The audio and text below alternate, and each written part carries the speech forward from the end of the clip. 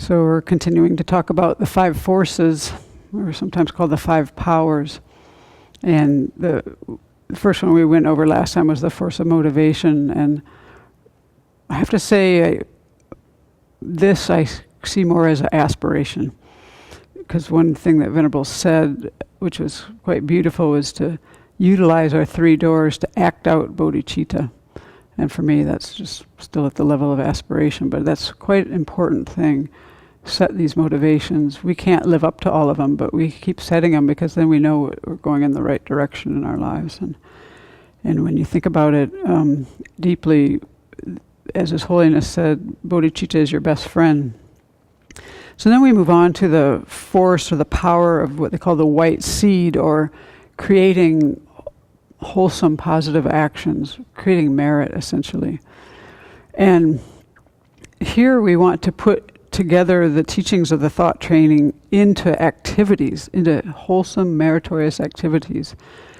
And this can be done in many ways, and it's common to think about things like mandala offerings and the 7-limb prayer and these various kind of practices that we do, but they're only going to be virtuous if we really understand the meaning of them. It's going to all depend on what's happening with our mind. It's not necessarily virtuous to put your hands like this and recite the verse. It's what's happening in the mind mentally. So we're trying to really put ourselves in this mental state. All of these things, as we've been hearing about generosity recently, are mental states. And then, of course, they're going to translate into actions. So we need to make merit. We need to understand the purposes of the practices that we're doing when they're those kind of activities. And so really, if you break it up in terms of these practices, there's kind of 2 purification practices, which help us to kind of make peace with the past so that we can move forward instead of carrying these burdens around with us.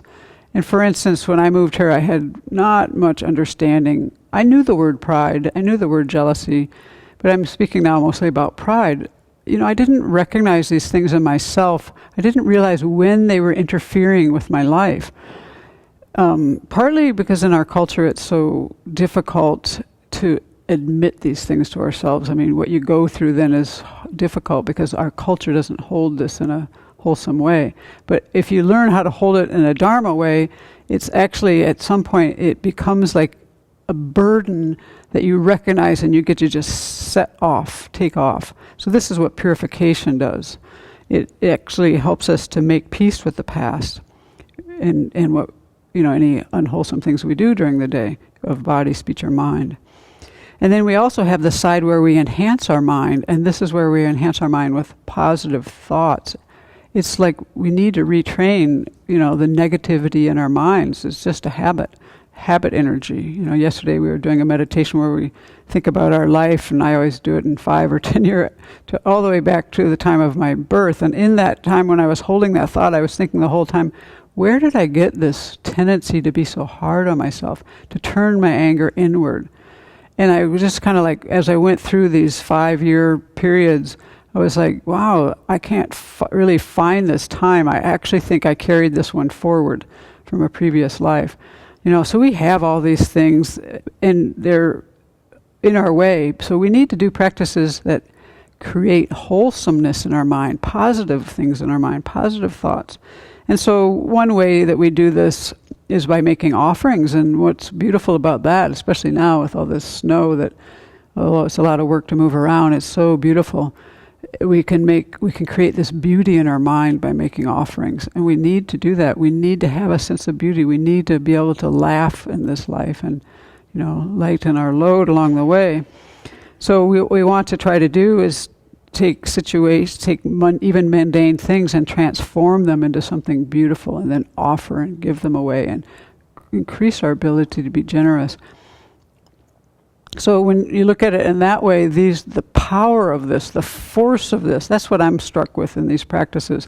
Because these 5 forces, they say, take your whole Dharma practice and everything is contained in them to help you to cultivate bodhicitta. That's the way you think of it. This is like you can distill everything into these 5.